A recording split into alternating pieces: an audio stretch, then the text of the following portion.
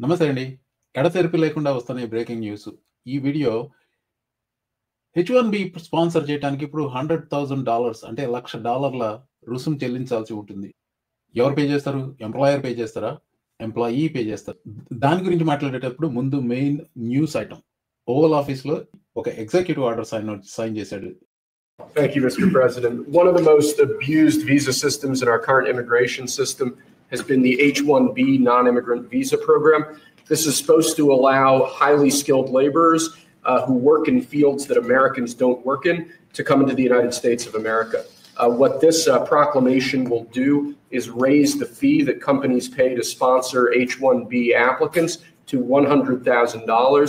This will ensure that the people they're bringing in are actually very highly skilled and that they're not replaceable by American workers. So it'll protect American workers, but ensure that companies have a pathway to hire truly extraordinary people and bring them to the United States to work. We need workers. We need workers. We need great workers. And this pretty much ensures that that's what's going to happen. I think, Sean, you agree with that? Well, they're $100,000 per year. So the whole idea is no more will these big tech companies or other big companies train foreign workers. They have to pay the government $100,000, then they have to pay the employee.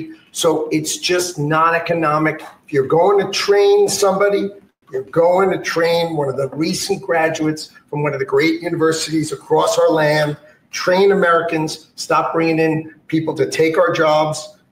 That's the policy here, $100,000 a year for H-1B visas, and all of the big companies are on board. We've spoken to them about the gold card. They love it. They love it. They really love it. They need it. మీరు సరిగ్గానే విన్నారండి. $100,000 per year. All the companies are on board at it. And Trump says they love it. నేను చాలా కోపంలో ఉన్నానండి. చాలా చాలా చాలా కోపంలో ఉన్నాను. By the way, I don't drink. I'm sober. ఈ కోపం ఎలా వెలిపించాలో తెలియలేదు. ఆర్గానిక్‌గా వచ్చినట్టు చెప్తాను. సో నేను కొంచెం ఏమన్నా తప్పుగా మాట్లాడి ఉండుంటే లేకపోతే బూతులు తిడితే సర్దుకోండి. అమెరికాని అమ్మకానికి పెట్టాడు.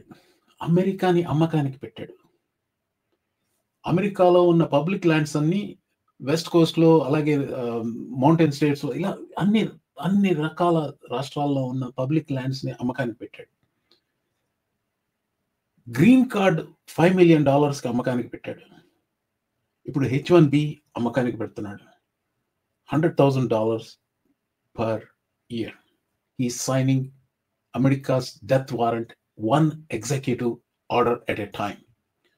సంవత్సరం క్రితం ఇతగాడు పవర్లోకి వస్తే ఎంత దారుణమైన పరిణామాలు ఉంటాయని నేను ఊహించానో అంతకు 100 రెట్లు 1000 రెట్లు ఉన్నాయి, దారుణంగా ఉన్నాయి. సరే, ఈ H-1B 100Kకి సంబంధించిందే చూద్దామండి. Who in the right mind would want to be in America? అంతెందుకు, గోల్డ్ కార్డు $5 million అమ్మాడు కదా, ఒక్క రోజున్న అప్డేట్ ఇచ్చాడా? ఎంతమంది నిజంగా gold cards, green cards $5 million పెట్టుకున్నారు? అతను చెప్పిన లెక్కల ప్రకారం $50 trillion తీసుకొచ్చి అమెరికా అప్పు అంతా తీర్చేస్తా అన్నాడు. ఎంతవరకు వచ్చింది? No updates, because there are not that many takers. America కాదు, ప్రపంచం మొత్తానికి $5 million ఎఫోర్డ్ చేయగలిగిన వాళ్ళు 8 million పీపుల్ మాత్రమే ఉన్నారు. వాళ్ళందరూ వచ్చినా కానీ ఇతను చెప్పిన లెక్కలు సరిపోవు. ఒక మూర్ఖ శిఖామణిని తీసుకెళ్లి అందలం ఎక్కిస్తే ఇదే అవుతుంది. ఇలాంటి తప్పుడు పాలసీల వెనకాల ఉన్నది స్టీవెన్ మిల్లర్. అతగాడి వైట్ నేషనలిజమే ఇందుకు కారణం. మీరు అమెరికాకి రానవసరం లేదు. ఈ H-1B రుసుము సంవత్సరానికి $1,00,000 రుసుము. ఇట్స్ ప్రొహిబిటివ్లీ ఎక్స్పెన్సివ్ ఎంప్లాయర్స్ పే చేసినప్పటికీ. ఇది ఎంతవరకు అమలు పరుస్తారో అన్న విషయం నాకు తెలియదు. నేను వీకెండ్ షోలో దీని గురించి మరింతగా మాట్లాడతాను. ఇప్పుడు మాత్రం నా ఆవేశాన్ని అలా వెళ్ళగక్కున్నాను. నేను ముందు వాన్ చేసింది ఎందుకంటే నేను ఇక్కడ రాసుకున్న పాయింట్స్లో